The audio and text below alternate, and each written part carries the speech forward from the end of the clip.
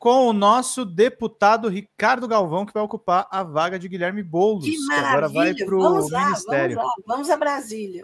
Fabrício, boa noite, meu querido. Como é que você está? Boa noite, Pedro. Boa noite, Ângela. Como é que vocês estão? Eu estou aqui, assim, foi de última hora, por isso que eu não consegui avisar vocês.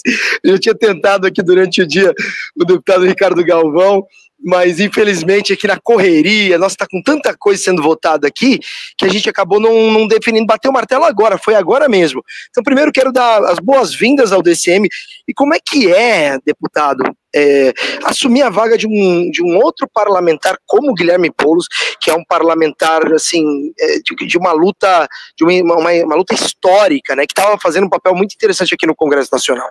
Bom, primeiramente eu agradeço muito a possibilidade de falar com vocês.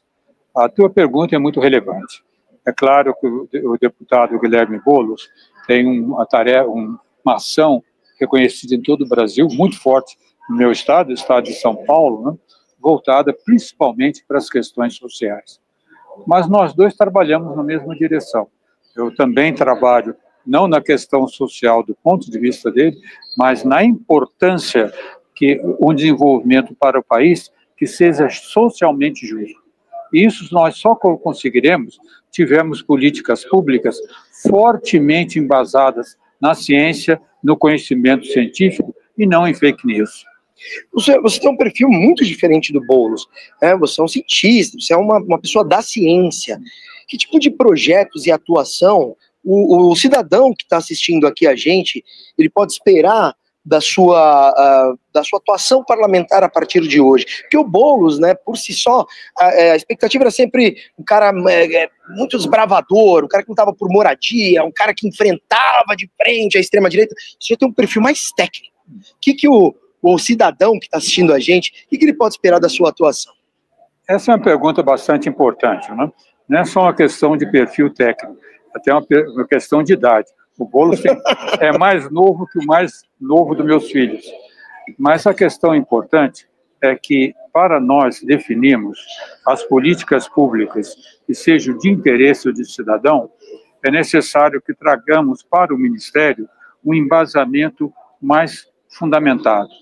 Por exemplo, vou dar exemplos muito claros para que o cidadão entenda. Se discute muito a questão do agronegócio, né? Ontem mesmo, na sessão, eu ouvi críticas à esquerda, que às vezes fala contra o agronegócio, assim por diante. Na verdade, nós tivemos um desenvolvimento da agricultura tropical brasileira fortíssimo devido à ciência. Foram cientistas como Joana Dobenheimer e Mariângela Hungria que incentivaram a pesquisa, e inclusive alguns colegas meus, até um pouco mais à esquerda, que às vezes criticam o agronegócio, se esquece que tem um agronegócio que se desenvolve, que usa a ciência. Tem também o agronegócio, né? Que é predatório, que tem uma exploração predatória. Então, essa divisão aqui no Congresso é muito importante ter a visão científica. Então, o que o cidadão pode esperar da minha atuação é uma atuação no sentido de trazer a evidência científica na formulação de políticas públicas que impacta diretamente na sua vida. Ângela e Pedro, na próxima eu já vou passar para vocês, eu vou reproduzir a pergunta, tá? Porque eu estou com o fone no meu ouvido, então o deputado não está ouvindo vocês. Na sessão de hoje, eu sei que você está chegando agora, né? O deputado ainda está chegando, é tanta coisa que às vezes não dá para se inteirar exatamente. Mas tem algum ponto que você gostaria de destacar, uma opinião, uma análise sua, uma participação acerca de tudo que foi colocado hoje na Câmara? Teve licença paternidade, né, o aumento da quantidade de dias na licença paternidade, estão votando agora lei do streaming, entre outras coisas. Tem algum desses projetos que você gostaria de destacar da sua versão aqui para o nosso telespectador? Bom, esses dois primeiros que falaste são muito importantes. Primeiro, a questão da licença paternidade. Ela é absolutamente essencial. É claro que nós estamos passando agora de uma licença de uma semana, aumentando o tempo, 15, no futuro, 20 dias, tinha até a esperança de um pouco mais à frente. Mas a primeira coisa que nós aprendemos em ciência é que as transições não podem ser abruptas.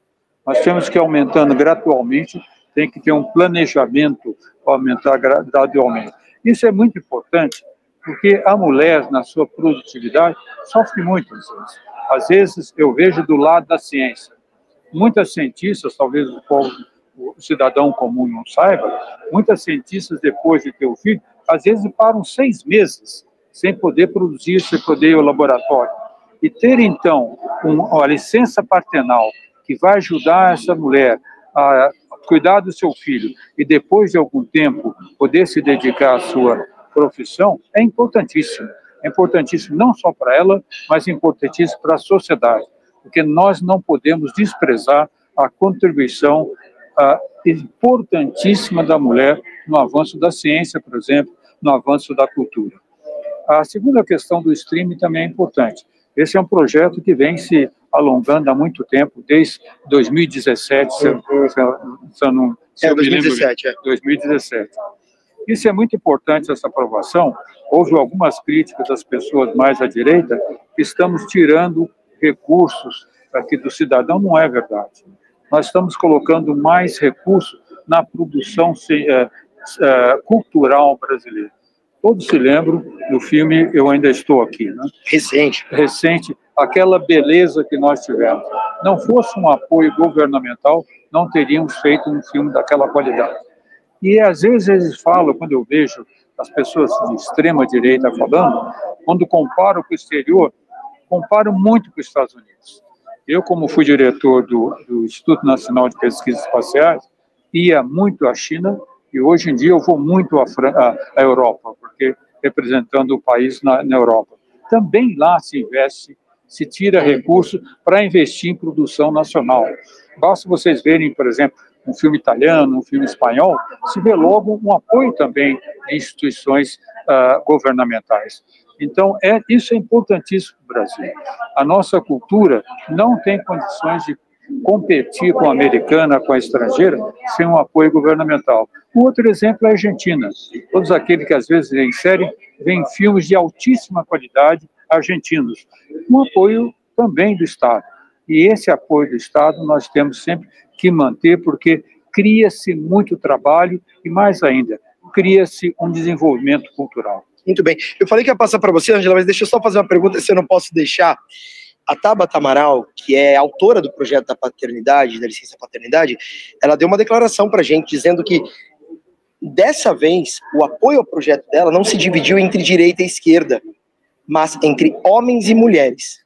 Disse que teve homens que sim apoiaram o projeto dela, mas ela encontrou mais resistência nos homens, inclusive de esquerda, ela prefere não dar nomes, do que daquela separação clássica entre direita e esquerda. Então as mulheres, na sua maioria, apoiaram o projeto dela, já os homens, muitos, independente do espectro político, criaram dificuldades. Qual é a sua opinião sobre isso, sua visão sobre isso? Bom, primeiramente eu quero dizer que eu gosto muito da deputada Tabata Amaral, uma deputada que honra o Estado brasileiro e que me apoiou muito quando eu era presidente do CNPq com emendas para a ciência.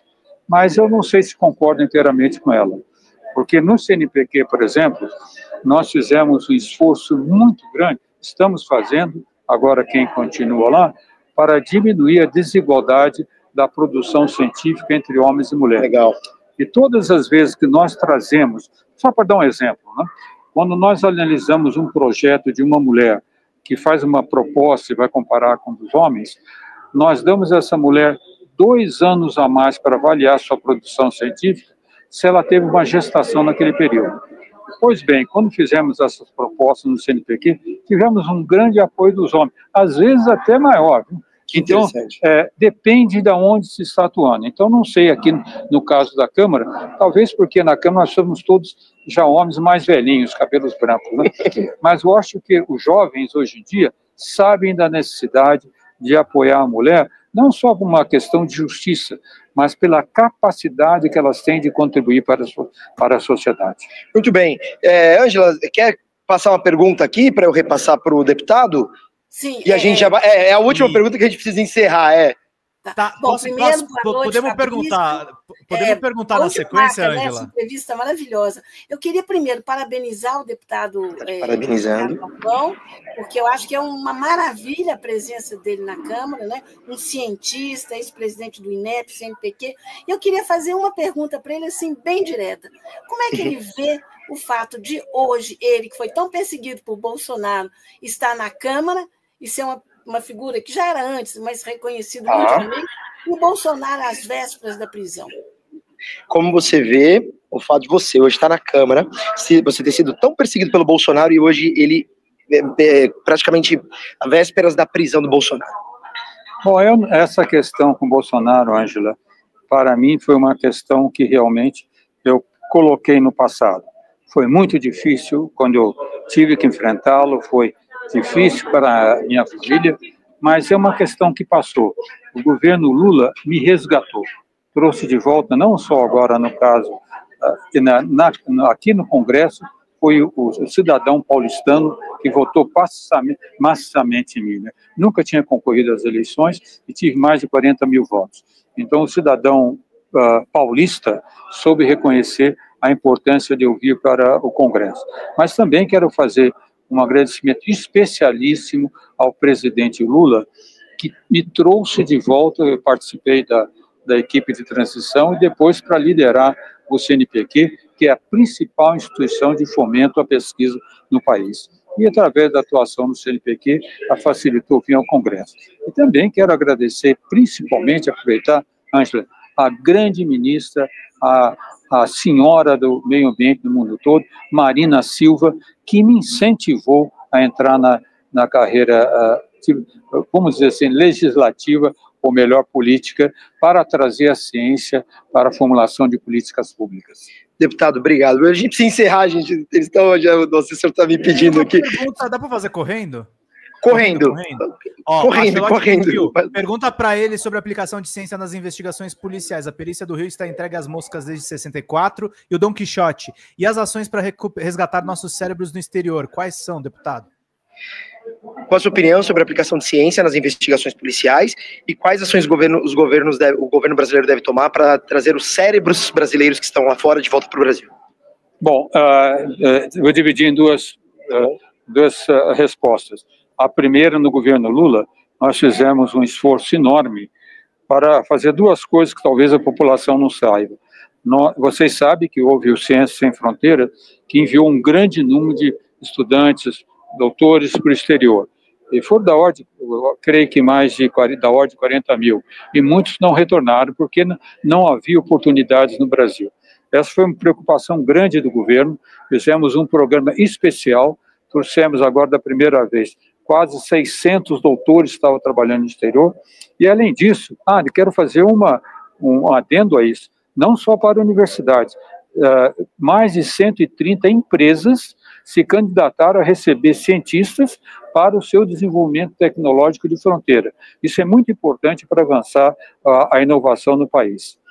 E, além disso, fizemos um acordo, muitos brasileiros já estão há muito tempo lá fora e não retornarão. A nossa diáspora exitosa, vamos dizer, lá fora.